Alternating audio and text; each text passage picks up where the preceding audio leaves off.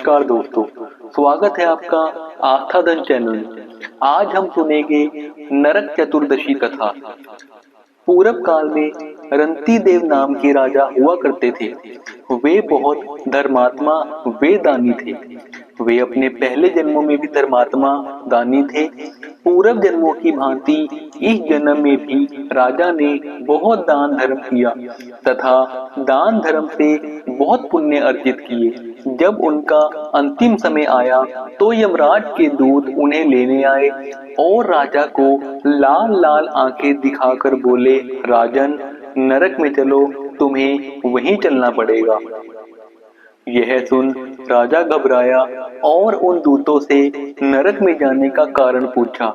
तो यमदूतों ने बताया, राजन, आपने जितने भी दान पुण्य किए हैं उसे सभी जानते हैं, पर आपसे जो पाप हुआ है वो केवल भगवान और धर्मपाल ही जानते हैं। राजा बोले, उस पाप को मुझे बताओ ताकि मैं उसका निवारण कर सकूं।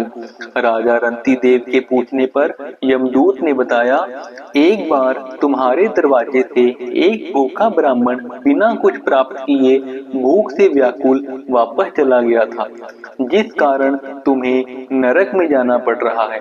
यह सुनकर राजा रंती देव ने यमदूतों से विनती की कि मेरी आयु 1 वर्ष बढ़ा दी जाए। इस विषय को दूतों ने बिना सोचे विचारे स्वीकार कर लिया और राजा की आयु 1 वर्ष बढ़ा दी। यमदूत चले गए। राजा ने ऋषियों से इस अनजाने में हुए पाप से मुक्ति पाने का उपाय पूछा। ऋषियों ने बताया, हे राजन, तुम कार्तिक कृष्ण पक्ष की चतुर्दशी को व्रत कर भगवान श्री कृष्ण का पूजन करो। ब्राह्मणों को भोजन करा, दान देकर, अपने अपराध सुनाकर उनसे क्षमा मांगना। वे तुम्हें क्षमा कर देंगे और तुम पाप मुक्त हो जाओगे। राजा रंती देव ने ऐसा ही किया।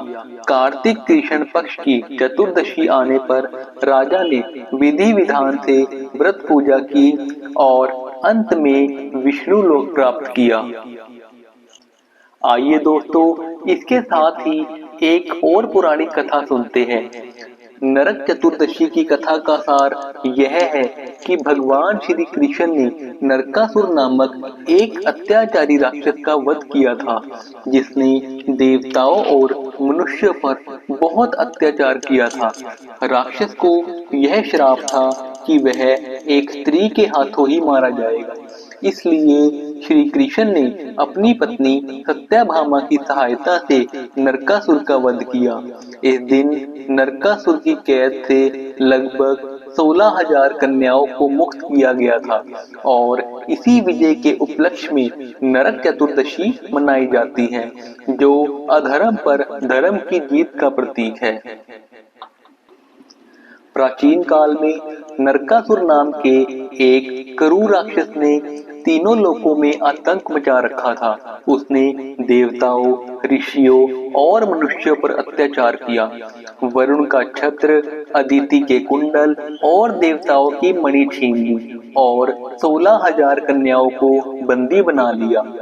देवराज इंद्र ने भगवान कृष्ण से मदद मांगी। नरकासुर को मिले श्राप का ज्ञान होने पर भगवान श्री कृष्ण अपनी पत्नी सत्यभामा के साथ गरुड़ पर सवार होकर प्राग ज्योतिषपुर पहुंचे।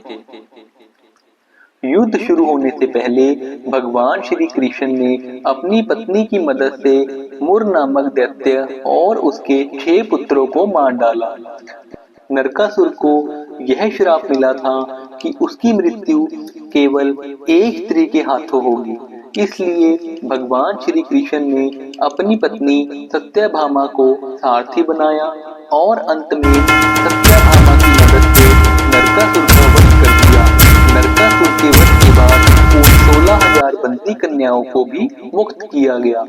नरकासुर के वध की खुशी में इस दिन दीपक जलाए गए और चारों ओर खुशी मनाई गई। यह अधर्म पर धर्म की विजय और अंधकार पर प्रकाश की जीत का प्रतीक है। इस दिन यमराज की भी पूजा की जाती है ताकि परिवार को अकाल मृत्यु के कष्टों से बचाया जा सके। तो दोस्तों, यह थी नरक चतुर्दशी की कथा, ऐसी ही और कथाएं सुनने के लिए आस्था धन चैनल को सब्सक्राइब करें। धन्यवाद।